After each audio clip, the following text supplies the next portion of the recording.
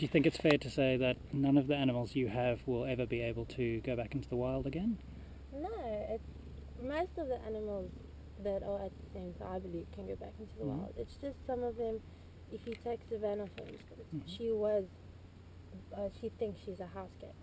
If you put her in the wild, the lots of her surviving are 50-50. She can, because it's instinct for them. If you start running, this one's going to chase. If you put a little child in here, she's going to chase the child, she's going to try and play with the child. So if you take Savannah, you put her in the wild, she wants human attention so much that she'll go looking for it. And then if people see her, then they won't know she's tame. For instance, we have a serval male. He's going to be released, and he'll, I think, will take on a male lion. That's how aggressive it is. And then the likes of Savannah being either killed or badly hurt will be very big then. So it depends on the history of the animal, if I would say. But most of them can be rehabilitated and come back into the wild then.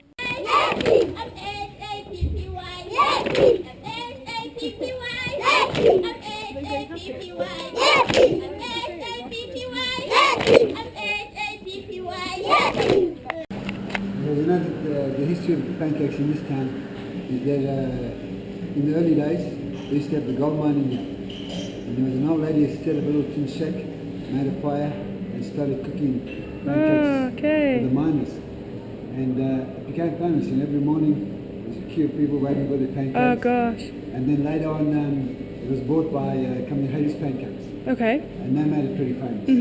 And then there was an offshoot of a few pancake shops around town, one which is mine, which I bought for my son a year ago.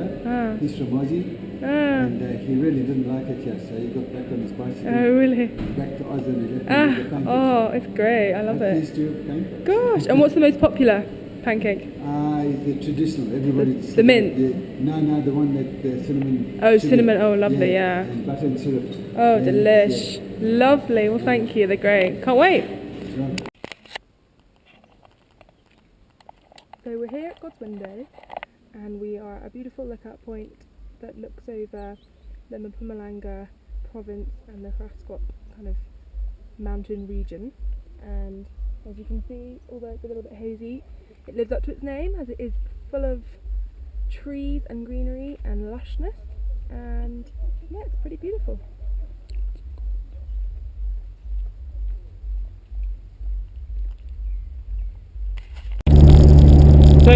of May 2012, what's the topic of the day there, Mads?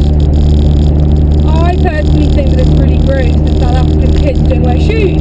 Some that don't have shoes. No, I'm not talking about black children, poverty-stricken children. I'm talking about the regular, in the supermarket, in nice restaurants, not wearing shoes. But it's just a way of life, you know, it's just a very casual way of life, you know, they're always just outdoors, playing around. Coming from England, I think it's right. And you should stay in England, basically. Morning. Well, we're just about to leave the last town in Mpumalanga, Piet Retief, and enter kwa-zulu, or KZN as it's abbreviated by all South Africans. And winter's arrived, as you can see. So far so good. We're now on the N2, which is the national road number 2, and South Africa's second busiest road, and we're going to be on that all the way down the east coast back to Cape Town. Speak to you soon. In the Bongalo Game Reserve now, the Tusini Dam. The dam was completed in 1977. More or less 16,000 hectares, water surface area. 28 kilometers from south to north. The average depth is about 12 meters, although we're heading into winter now. The dam is unusually low at the moment for this time of the year. Also the most southern point in Africa where you will find the tiger fish, which is obviously one of the activities that we do here.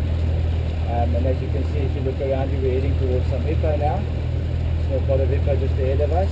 And then as the day goes on and the sun comes out warming everything up, we'll start seeing some crocodiles as well.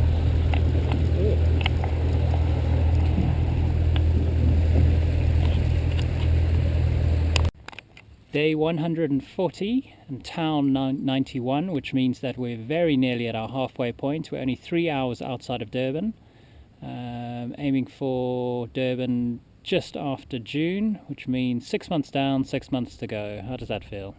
Feels pretty good. It feels like an achievement. We've seen loads of different landscapes, people, projects, animals. I think we're doing really well. I think we should feel very proud of ourselves. So we've got 6 months to work our way all the way down the east coast back to Cape Town. But looking back at the past 6 months, what are some of the highlights for you? Personal highlights or project highlights? Both. Project highlights, being really well received, all the support we're getting, being in newspapers and magazines and radio. For me personally, seeing all the different provinces in South Africa and how different they are, and meeting the people and tasting the food and just kind of immersing myself. What's the sort of positives you've taken out of each province? So let's start with the Western Cape. So far, the positives of the Western Cape moving up the west coast. The beaches. Northern Cape? The Kalahari and the beautiful desert. Northwest Province? Sort of really small little border post towns like Bray. Limpopo Province? The bush, the animals. And now as we started, actually no, we forgot about Mpumalanga? Mpumalanga, yeah? Well, the mountains and all that is beautiful. We weren't there very long, so it's hard to kind of say. And as we're starting to venture into KZN, KwaZulu Natal, what are your feelings on that? I like the kind of really traditional Zulu culture that's so prominent here. It'd be nice to see a big city for the first time as we reach Durban in a few days' time. Yeah, it's going to be really weird. Coming from London, it's going to be really strange to kind of be in a city again. I think I got used to these small towns. Final words. Hakuna Matata. Meaning? What a wonderful day. What a wonderful phrase. Oh yeah. Hakuna Matata. It means no worries. We're busy catching impala this morning. As soon as you put a fence around any area, you have to manage it. Our most important resource is obviously the vegetation. So with all of the game species, we try and manage their numbers in such a way that if we were to go through a dry period, we're not going to do any damage to the vegetation and hopefully not lose too many animals. So that's why every year we have to take off certain numbers depending on the rainfall and everything else.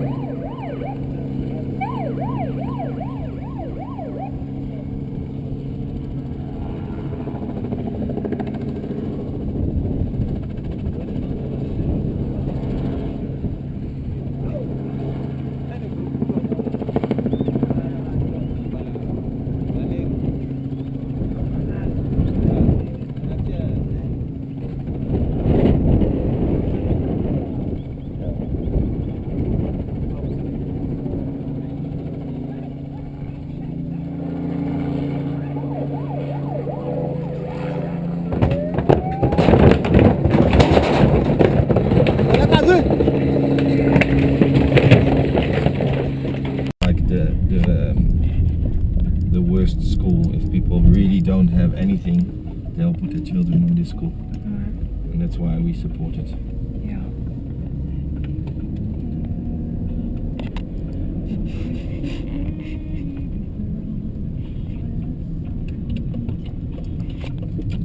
The children will be happy seeing Yeah. the stars. Nice colour. Oh, they're little ones.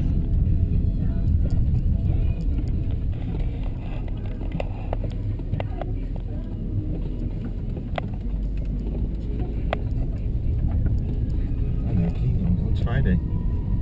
Of course. Cleaning day on Friday.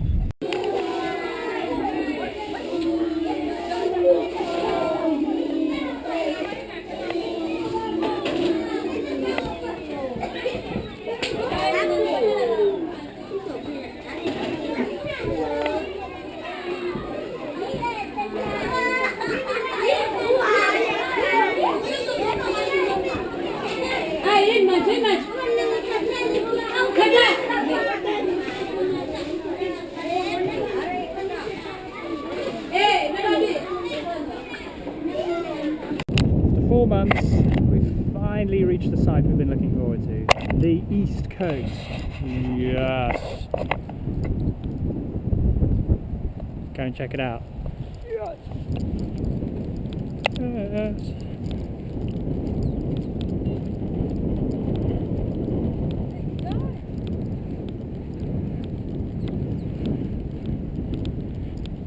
That's a big beach, isn't it? Quite a big beach. We'll come back to you when we've reached the sea, basically. 10 minutes of walking along that, we've come to that. Indian Ocean. First time at the expedition project. Day 147. St. Lucia. There we have it.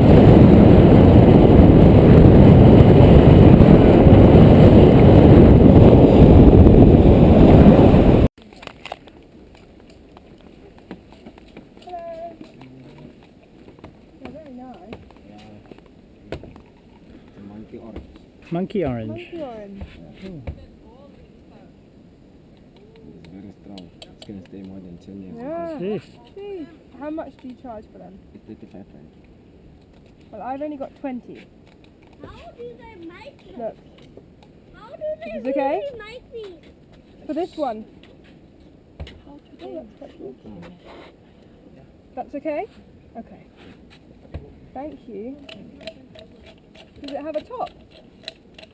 Are they making these? No top. Still very nice. Thanks. What is it? Thank you. So I've just finished my bartering. Saved a total of 140 rand, which is about £12. For how many items? 2. She Wow. wasn't very happy that I was, you know, skimming out of money for the little turtle I brought my brother. But, you know, gotta do what you gotta do. That's our budget allocation for the month. Yeah. That's all of my money in the world. Yes. Gone on a bloody turtle.